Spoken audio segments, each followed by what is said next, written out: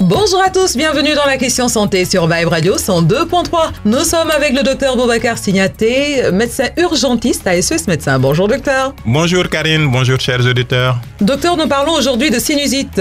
Qu'est-ce que c'est? Une sinusite correspond à ce qu'on appelle une inflammation des sinus. Les sinus, c'est des cavités, c'est des sortes de trous qui se trouvent derrière le visage. Donc le nez, les pommettes, le front. D'accord. Et il existe plusieurs types de sinusites selon le sinus atteint. On peut parler de sinusite maxillaire.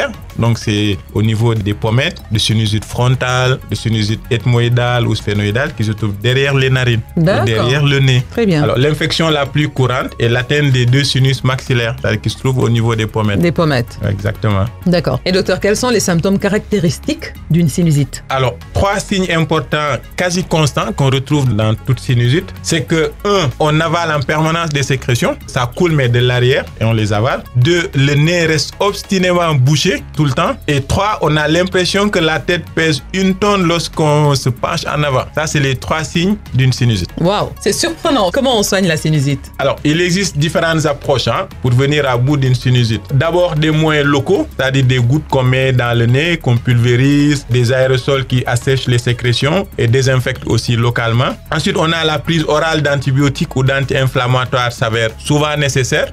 Pas tout le temps, mais souvent. Mais seul le médecin peut évaluer si la prise d'antibiotiques est nécessaire. D'accord. Et ensuite, en cas de passage à un stade de chronicité, donc quand ça dure trop longtemps, plusieurs semaines, voire plusieurs mois, il faudra recourir aux ponctions sous anesthésie locale. Mais ça, c'est un spécialiste aussi qui va le faire, voire l'ouverture chirurgicale de ces orifices-là. D'accord. Docteur, quand on a des sinusites à répétition, comment on fait? Alors, il existe d'autres facteurs. On va faire attention aux caries dentaires qui traînent. Ça peut causer les sinusites, ça peut causer les récidives. D'accord. Donc, il faut aller voir le dentiste pour être sûr que c'est pas une porte d'entrée pour les sinus. Donc, traiter toutes les caries dentaires. Ne pas négliger un rhume qui traîne et qui finit par faire mal autour des yeux. Donc, ça aussi, ça permet d'éviter les récidives de ces sinusites-là. D'accord. Enfin, docteur, pour la sinusite, comment distinguer cette sinusite-là d'un rhume banal? Parce que ce sont les mêmes choses, on se mouche, on a le nez bouché, etc., on respire mal. Quelle est la différence? Exactement. L'impression est différente de celle d'un rhume banal. Donc, à la suite d'une rhinite, donc d'un rhume, d'un état